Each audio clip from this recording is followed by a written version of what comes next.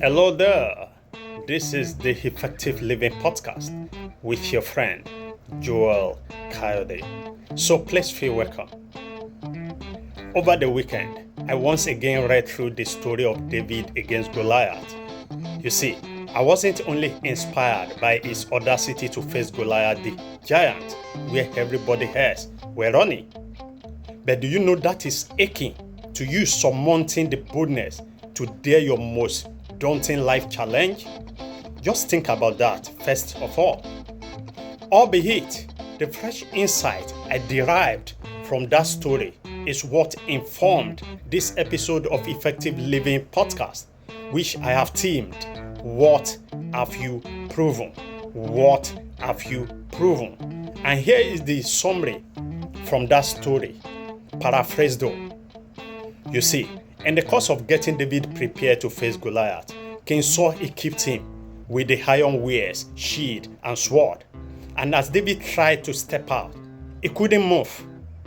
Then he said to the king, if I should go out like him, against him like this, he will kill me because I haven't proved all these things before now. Please kindly take them off. I won't need them. But what will you use in fighting was the question of King Saul. But David stepped out with the sling, his shepherd's bag with stone in it, and his rod.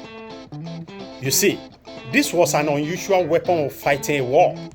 It amazed King Saul and the entire Israeli army to the extent that even when Goliath saw him with those tools, he became furious. He said, "Am I a dog that you came out against me with a mere rod?" You see, while he was still processing that seemingly insensible weapons of war in his mind, David ran towards him. He put a stone into his sling and released it towards Goliath.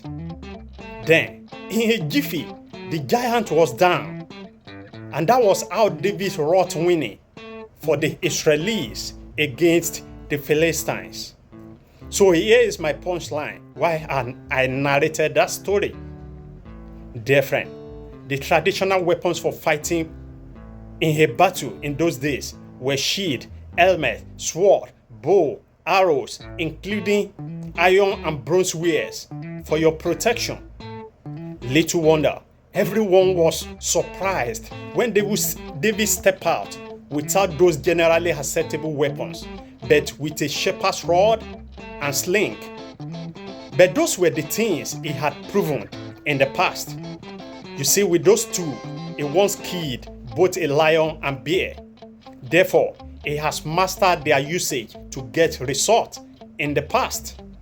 Now, he became so confident that he could get the same result using those same tools again and again. Now, let's juxtapose that with your life reality. Dear friend, if I may ask, what have you proven? By this I mean, what have you test proved in the past?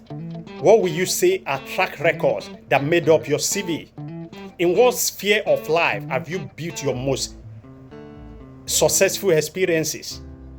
Assuming you are at a job interview and you are at the liberty to choose what you will love to do based on your past experiences, what will it be? Dear friend, your answer to these questions is that one thing that you have proven again and again. And that should be the tool for you to take to the war front of the marketplace of life, irrespective of other people's suggestions. Have you cooked in the past and everyone that tasted it clamored for more? As your listeners scream wow in response to your songs in the past? Do friends and family respond to your joke with laughter and call you a clown? Are you the go-to fellow when others have to organize and coordinate events? Are your speeches in the past receive standing ovations? Or do your write-up receive excellent commentaries? Are you an individual with sublime flair in trading, marketing, and other commercial activities? Dear friend, if your answer to any of this question is yes, and some other activities that you have successfully proved in the past, then that explains what you have proven. So, my friend, if your cooking dexterity may appear as an insensible weapon of commerce to others, it is just like David's sling and rod that appear to others as insensible. Albeit, if you will acquire the needed knowledge and skills, and you will stay diligent with what you have proven and mastered, then Ida Bassi and Gordon Ramsay testimonials shall give you the required inspiration that you need. While others may be seeking jobs in corporate organizations, and that is synonymous with others who need sword, arrow, and iron wares to fight their giants, you can be like David, who is set to use his singing skill, comical gift, writing dexterity to become a champion. That could be you. So in conclusion, now is the time for you to employ retrospection so that you can arrive at that one thing you have proven again and again. So I'm encouraging you today to stop joining the masses who couldn't think out of the box of traditional weapons of jobs and salaries. Your pleasant experiences with what you have proven in the past is that weapon to arrive at your stardom. So dare to use it. Dare to use it. And that is the Effective Living Podcast for today. Until I pop up on your screen in the next episode, for more life-transforming courses and programs, kindly join Life School Academy via the link being shown on your screen.